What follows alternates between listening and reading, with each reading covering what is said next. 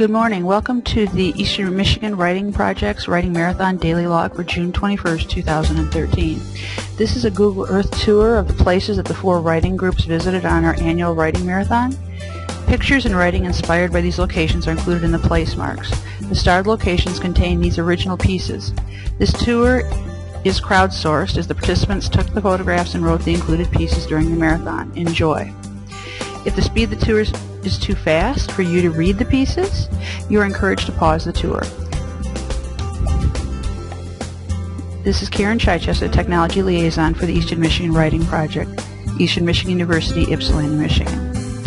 Before we begin, I should note that this is not a linear tour because we covered such a wide area of Washtenaw County. It would be hard to do it in order without us all becoming a little seasick. So, on that note, let's begin. These are our current fellows that will be spending the time in this building in the Student Center at Eastern Michigan University. We're missing one person. She was absent the day on our first day and we took the picture. But this is where all of our tours start. From there, one group ventured way across Washtenaw County to the Leslie Science Center, looking for places to write.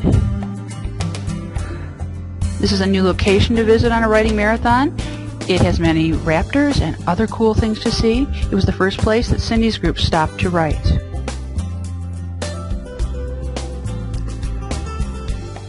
Bill's group went in search of coffee for their first stop, so they ended up at Zingerman's Deli in Ann Arbor. And this is a traditional place for people to go and write. From there, Bill's group ventured to the Gallup Park canoe livery. A tree he saw near there inspired the attached poem, Lateral Promotion by Bill Tucker. The underside is pulled away, exposing stubborn roots, thick tentacles that suck the life from the forest soil. The cross-section of the root ball has ripped away from its base, leaving me to wonder how the tree stays alive. Its trunk has pushed laterally into the forest, sending thick leaders north, east, and west, each leader with leafy branches up, down, and out. Incredible, a horizontal tree roaming the forest floor instead of the sky, choosing to spread instead of climbing. By some miracle, the tree lives, with just a few roots left in the soil. The horizontal tree has discovered life on the plain, not quite severed from the earth, but spreading to explore the planet.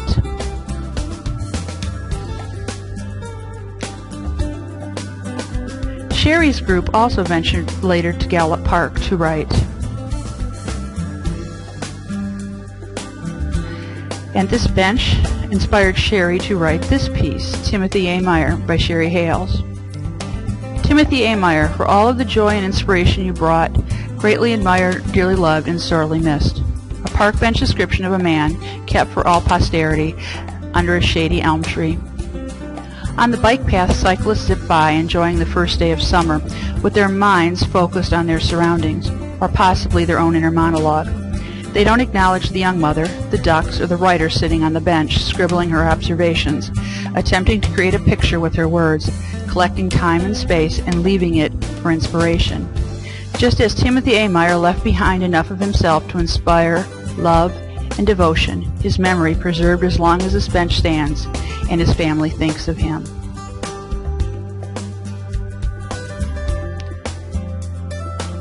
Bill's group's third stop was also in search of food, and it was the Whole Foods Market in Ann Arbor. And this was also a new stop on the writing marathon for us, and Rachel found some really neat places to write from their upper level balcony. Cindy's group's next stop was another new place. It was the airport, and the airport spawned 2 different pieces. The first one, Into the Gray by Diana Martin. I can hear it, but I don't see it. There it is, circling. Distant engine sounds getting less distant Is that the same Cessna that took off a few minutes earlier? As I scan the sky again, nothing. Where'd it go? Another takes off. A quick acceleration, then up in the air, steady and level into the gray. The second piece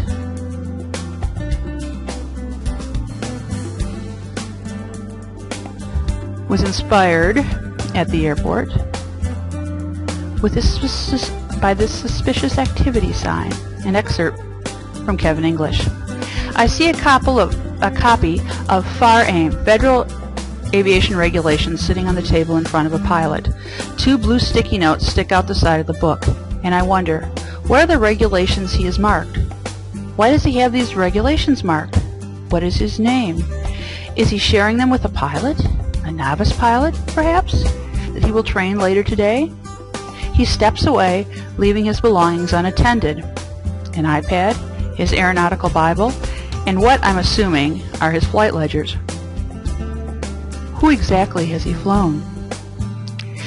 And all this makes me think about how a bird learns to fly. Is it by trial and error? But won't error mean death if birds begin in a tree or on a cliff? Natural flight is different from man-made flight, where you first fly with an experienced pilot until you prove yourself. Ah, proving oneself. Did I mention I was able to walk into the lobby of an airport and no questions were asked? Not a single question. No shoes were taken off, no boarding pass was shown, and I wasn't posted a single question about who I am or what my purpose is.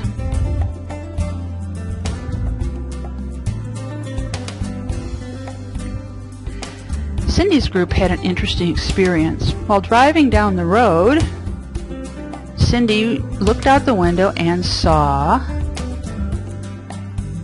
this shoe. You never know what strange things you'll find on an EMP writing marathon. As the story goes, when she opened the door to grab it, her group thought she might be opening the door to throw up. And all of a sudden, as Kevin English tweeted, on the road, Cindy stopped, waiting for a red light, reached out and picked it up. It has now become our mascot for the current writing project year.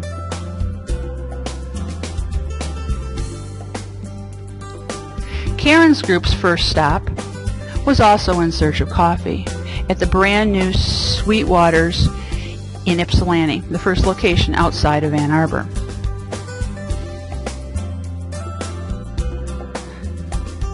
The first picture you'll note has the classic EMU water tower behind it. So it's right there on the corner across from campus. A neat place to write. Sherry's group also went looking for coffee, but they went to a more traditional Ypsilanti coffee shop called the Ugly Mug, and this is a traditional spot for us.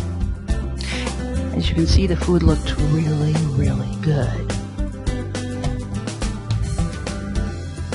From there, Karen's group ventured to Depot Town, an historic area in Ypsilanti, and they explored the shops. And there's this alleyway is a really neat place to sit and write. Karen was inspired to write this poem, Walking Depot Town by Karen Chichester. Walk, bond, write, talk, hot sweat, air conditioning. Ooh, raspberry sorbet. Pink, inviting, cool, refreshing. Ouch! Wince. Brain freeze. Pause. Brain functions. Write, explore, share, write more. Sherry's second stop was adjacent to Depot Town at Riverside Park, right along the Huron River. This is another traditional place for us to stop and write while we're on our writing marathon. Cindy's group's third stop was Frog Island, another park adjacent to Depot Town. And here they found the free library, Ypsilanti Free Library material, and a good chance to sit and write while they waited until it was time to join everyone for lunch.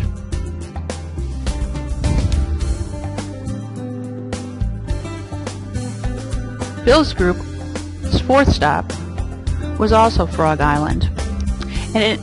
While there, Julie Harden saw this dog that reminded her of hers and inspired this excerpt.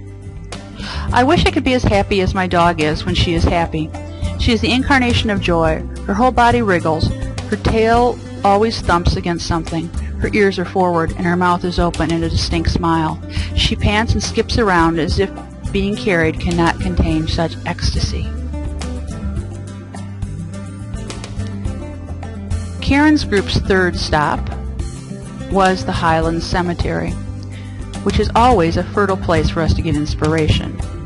In this case, Chelsea Lonsdale's poem Collected Stories was inspired by this headstone.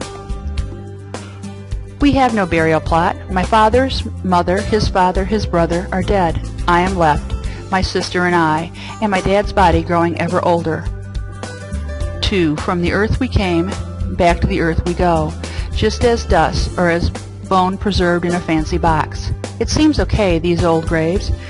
1772, 1838, 1854. When we say save, what do we mean? When we say to remember, what are we remembering? Death, life, the in-between?